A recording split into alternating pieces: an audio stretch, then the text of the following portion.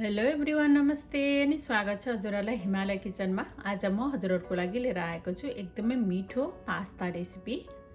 ल अब यसलाई बनाउनको लागि मैले यहाँ एउटा भाँडामा पानीलाई उमाल्न राखिसकेको छु र पानी उम्लिन थालेपछि मैले यसमा राखेँ थोरै नुन, थोरै तेल राखेँ र अब यसमा मैले राखेँ 2 कप पास्ता। अब यसलाई 10 मिनट जति उमाल्नु पर्छ।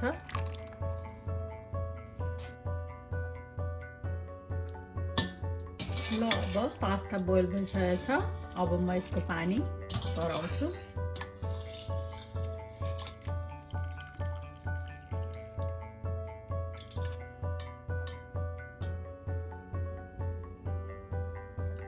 ल अब पास्ता पकाउनको लागि मैले यहाँ प्यानमा 1 ठुलो चम्चा तेललाई तताउन राखिसकेको छु।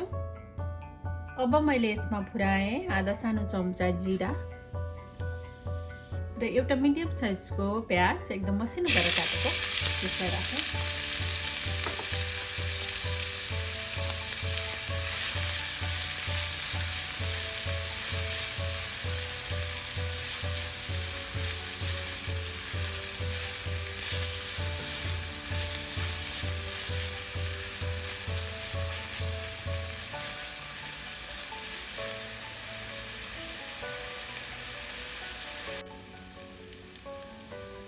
ल अब मैले राखेँ 1 सानो चम्चा लसुन र अदुवाको पेस्ट,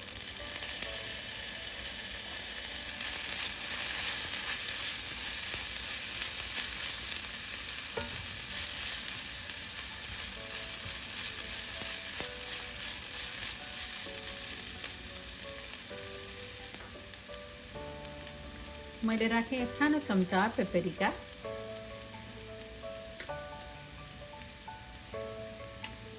मिक्स गरिदिउँ।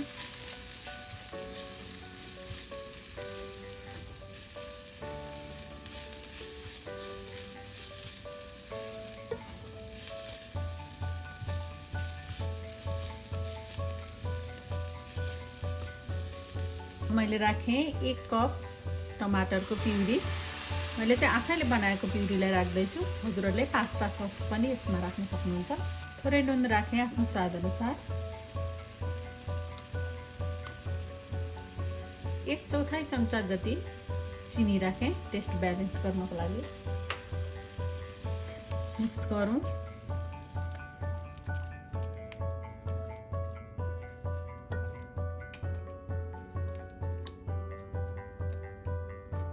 र मैले राखेँ 1 सानो चम्चा जति बटर।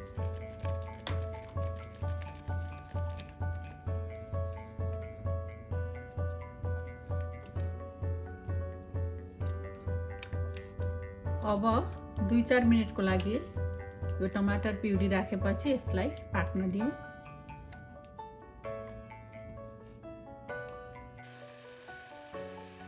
मैले यसमा राखेँ 1/4 चम्चा ओरिगानो। यो चाहिँ अप्सनल हो, तर राख्दा एकदम मिठो टेस्ट दिन्छ यसले।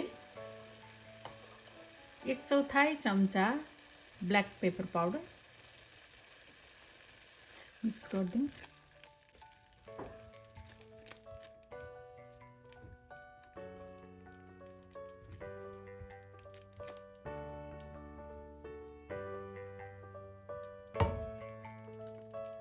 ल अब यसमा मैले राखेँ अघि बोइल गरेको पास्ता।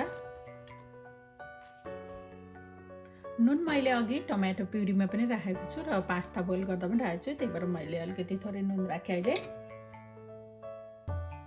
अब मैले राखेँ 1 ठुलो चम्चा जति क्रिम। क्रिम आफूलाई राख्न मन नलाग्दा नराखिकन बनाउँदा पनि हुन्छ।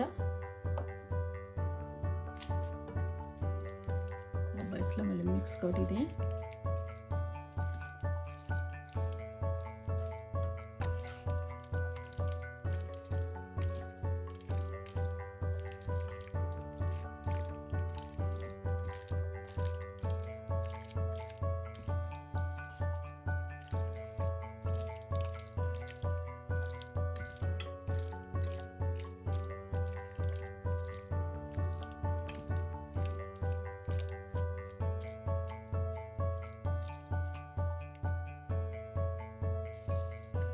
र यसको माथिबाट म अब यसरी राख्दैछु चिज मोजरेला। हजुरहरूले चिज नराखिकन बनाउन पनि सक्नुहुन्छ र यदि अझै बढी क्रिमी र चिज बनाउनु मनपर्छ भने अरू अलिकति बढी क्रिम र चिज पनि राख्न सक्नुहुन्छ।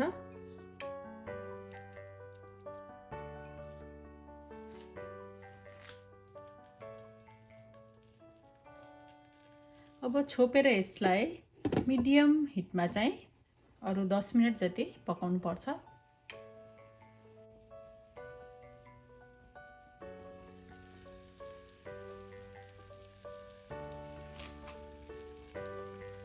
अब पास्ता रेडी भइसकेको छ।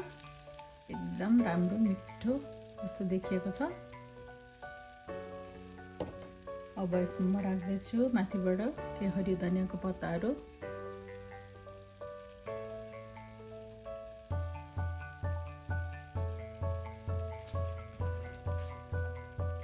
थोरै 1/4 चम्चा जति रेड चिली फ्लेक्सलाई पनि राखेँ, यो अप्सनल हो।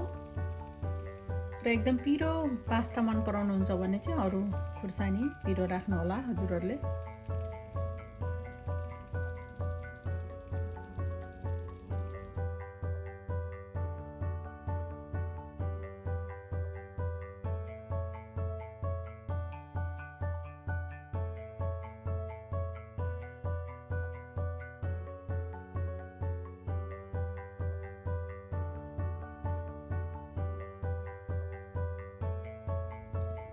एकदमै मिठो चिजी क्रिमी पास्ता चाहिँ अब बनेर खानको लागि रेडी भएको छ।